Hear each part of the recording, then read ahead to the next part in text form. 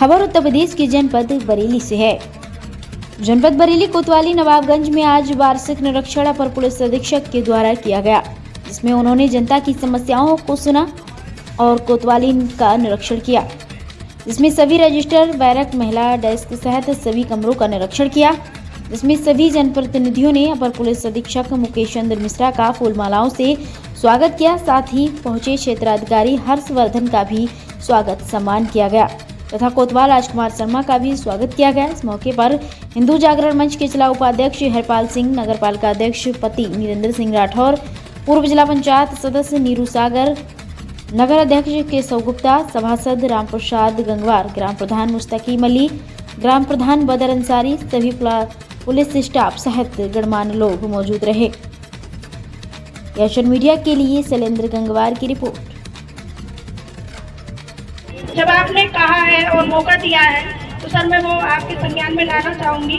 एक बच्ची sir Bijoria road की भट्टा मोहल्ला की गायब हुई थी, 13 से 14 वर्ष की है सर, और उसका कोई भी सुराग नहीं लगा। उसके पिताजी ने सर उसमें कहीं कोई भी पता नहीं लगा।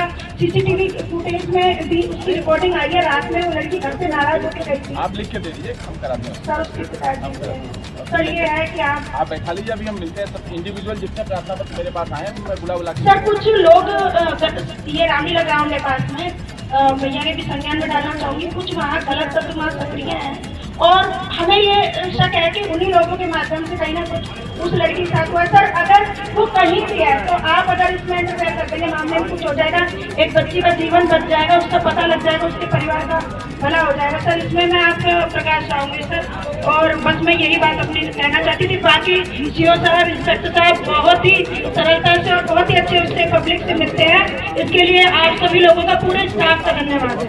नमस्कार। हम लोग अपने वर्ष भर के जो कार्य रहते हैं पुलिस के द्वारा उसकी समीक्षा करते हैं। अपराधियों के विरुद्ध गलत कार्रवाई, निरोधात्मक कार्रवाई, थाने में कराए गए साज सज्जा या निर्माण कार्यों की समीक्षा, जन शिकायतों का समीक्षा और समस्त स्टाफ के क्रियाकलापों का एक तरह से अर्दली रूप हो जाता है। तो ये सब कार्य है। इसी में एक आइटिनरी ये भी रहती है कि आम जनमानस से इंटरेक्शन, तो उसी बिंदु के तहत आप लोगों को यहाँ इंस्पेक्टर साहब ने आमंत्रित किया है। तो आपका समय पहले ही बहुत ज़्यादा लग चुका है, क्योंकि मैं विलम्ब हुआ। मुझे एनडीपीएस के मालों के निस्तारण में जाना था, जहाँ 3-4 घंटे ज़्यादा लग गए। तो मैं विलम्ब से आने के लिए क्षमा प्रार्थी हूँ। अब मैं सिर्फ संक्षेप में ये जानना चाहूँगा आप कि हमारे थाना क्षेत्र से संबंधित कोई ऐसी समस्या से अगर आप परिचय कराना चाहते हैं मेरा, जिसमें मेरे स्तर से हस्तक्षेप करने की जरूरत है, तो कृपया आपको मैं माइक देता हूं, आप मुझे नोट करा दीजिए। अब मेरा जरा डायरी ले आना, डायरी और संभावना होगी तो मैं वहां से कराऊंगा। और इसके अतिरिक्त कोई सुझाव होगा अगर नवाबगंज पुलिस की या जनपद पुलिस की, कप्तान साहब मेरे साथ मिलने का प्रयास करें और जनता की समस्याओं को सुनकर निस्तारण करने का प्रयास करें।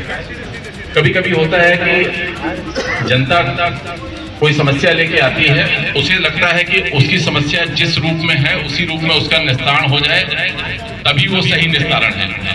जबकि विधिक प्रावधान के अनुसार निस्तारण कराना हमारा कर्तव्य है।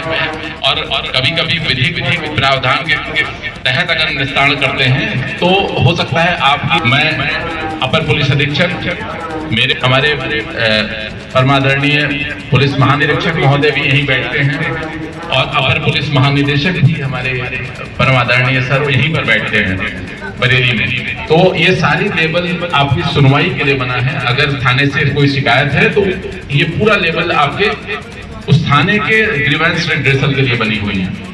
तो अगर कोई शिकायत है मेरे यहाँ अगर कह सकते हैं तो यहाँ रखें, वरना मेरा सीजी नंबर आप लोगों के पास सबके पास सही है, जो 94 54 40 10 33 है। मेरा कार्यालय अब पुलिस कार्यालय में ही हो गया दोबारा से। पहले झुमका कार्यालय पे, झुमका के पास हो गया था, झुमका चौराहे के पास, अब पुनः पुलिस कार्यालय में हो गया है। आप कभी उधर विजिट करें तो अपनी समस्या लिखित फॉर्म में और अब मैं केवल उन लोगों से अनुरोध करूंगा जो अपनी कोई समस्या या थाने से संबंधित कोई सुझाव या थाने की किसी कमी की ओर ध्यान आकर्षित करना चाहते हैं, कृपया हमें बताएं। धन्यवाद। हम लोगों ने अभी पुनः ऑपरेशन दृष्टि के संदर्भ में प्रयत्न करके और कैमरे लगाने का एक अभियान फिर से छेड़ा है। पूर्व में हम लोगों ने अपने प्रयास से काफी कैमरे आप लोगों के माध्यम से, आप लोगों के सहयोग से अनुरोध कर करके, अनुनय विनय करके लगवाए थे, जिससे जनपद के अपराध और अपराध के नियंत्रण में काफी सहयोग मिला है। मुझे कहने में कोई संकोच नहीं है कि विगत 16-17 महीने के मेरे कार्यकाल में असंख्य केस इन सीसीटीवी कैमरों की वजह से अनावरित हुए हैं। तो मैं इस मंच के माध्यम से फिर आप सबसे अनुरोध करूंगा और यहाँ अपने सहयोगी इंस्पेक्टर साहब और चौकी प्रभारी और सभी हल्का प्रभारियों से मैं अनुरोध करूंगा और निर्देश दूंगा इनको कि ये प्रयास करके और हर मोहल्ला, हर गांव, हर नगर पंचायत में भ्रमण करके वहां देखें कौन समर्थ है, कौन सामर्थ्यवान है, और फुट पेट्रोलिंग करते समय उनसे अनुरोध करके उनके घरों में सीसीटीवी कैमरा लगाने के लिए उनको प्रेरित करें और उनको तकनीकी ज्ञान उनको प्रदान करें कि कितना सहज है और कितना जरूरी है ये उनके लिए, उनको अवेयर करें और ये अभियान ज्यादा से ज्यादा अपना प्रयास करके सफल बनाएं।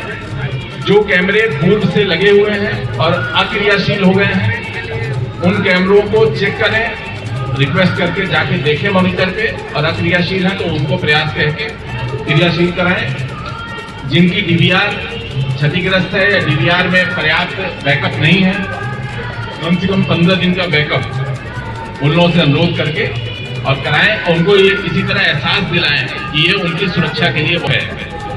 बहुत सारी घटनाएं हमने देखी हैं, एक सीसीटीवी की एक फुटेज मिलने के बाद वो दुरूह से दुरूह लगने वाली घटना हमारी बहुत सहजता से वर्कआउट हो जाती है, और आपको सुरक्षा का पूरा एहसास होगा। अगर कैमरा आप लगा लेंगे, आप उसकी फीड अपने मोबाइल पे ले सकते हैं, आप बाहर भी हैं तो अपने घर की स्थिति ले सकते हैं, अपने दरवाजे पे कौन आपके जा रहा है ये स्थिति ले सकते हैं। दूसरा, एक और मेरा ऑब्जर्वेशन रहा है अभी तक, कैमरा तो हमारे व्यापारी बंधु लगा लेते हैं, लेकिन जब दुकान बंद करके या दुकान बढ़ा के और घर जाते हैं तो स्विच ऑफ करके चले जाते हैं। तो ये भी ठीक नहीं है, बिजली बचाएं लेकिन उतना नहीं कि आपकी रहने का मतलब तभी है जब वो कैमरा 24 घंटे ऑन रहे। और एक डमी डीवीआर का कॉन्सेप्ट भी है, डमी डीवीआर आप इसके अतिरिक्त मेरा नंबर एक बार फिर से मैं रिमाइंड करा देता हूँ, 94 54 40 10 33, ये मेरा नंबर है। कभी कोई समस्या